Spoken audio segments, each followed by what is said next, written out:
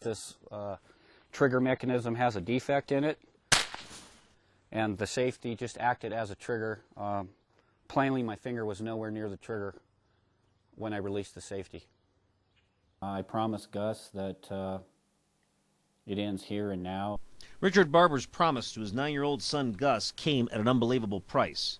And I thought my son should be the last to suffer the consequences of someone else's decisions. Gus died on a family hunting trip. Barber maintains a Remington bolt-action 700 malfunctioned and went off unexpectedly. The round hit Gus, and he bled to death. It happens every year. I get phone calls from other families who have suffered a similar tragedy as ours. The Barbers filed a lawsuit against DuPont, the company that owned a controlling interest in Remington when it came up with the Model 700. Within days of Gus's death, Richard started investigating the Model 700 rifle, one of the best-selling rifles in the world. I have no pity for myself. I don't feel sorry for myself. It's too late for us.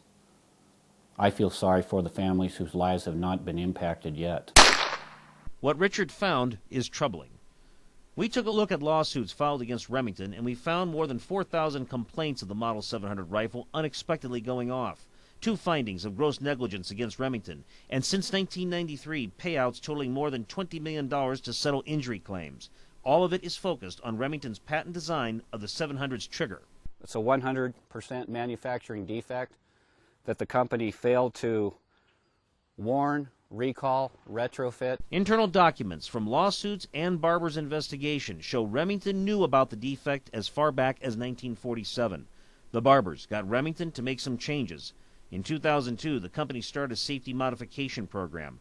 It launched an ad campaign telling customers it will clean, inspect, and modify 7 different model rifles, including the 700 that have that defective trigger mechanism.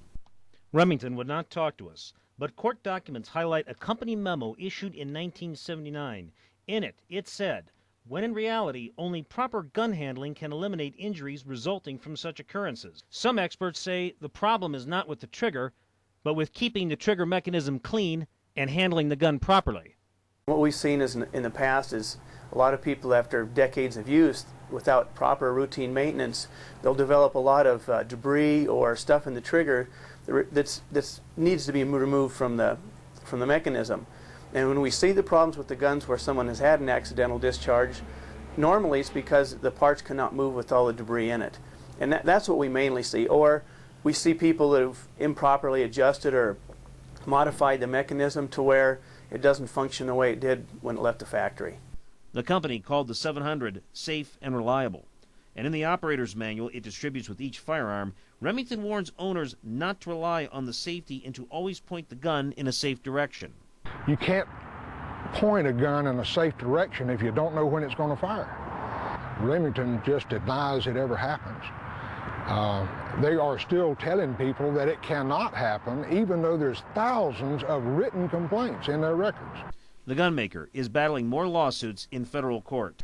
I don't think that Remington has really done a good job in letting folks know how dangerous this defect in this rifle really is.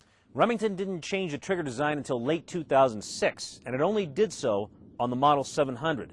By their own stock prospectus, Remington estimates it sold 5 million Model 700 rifles, and these rifles are still in use by the police and the public. I would like to see all of the Remington 700 series rifles have a replacement trigger fitted by the company at the company's expense. I think they owe it to the shooting public. I promised my son I will never be bought off and I will never quit until I effect change. Gus Barber would have turned 19 this year, and Richard Barber still worries what happened to his family can happen to someone else. In Manhattan, Montana, I'm Jonathan Athens.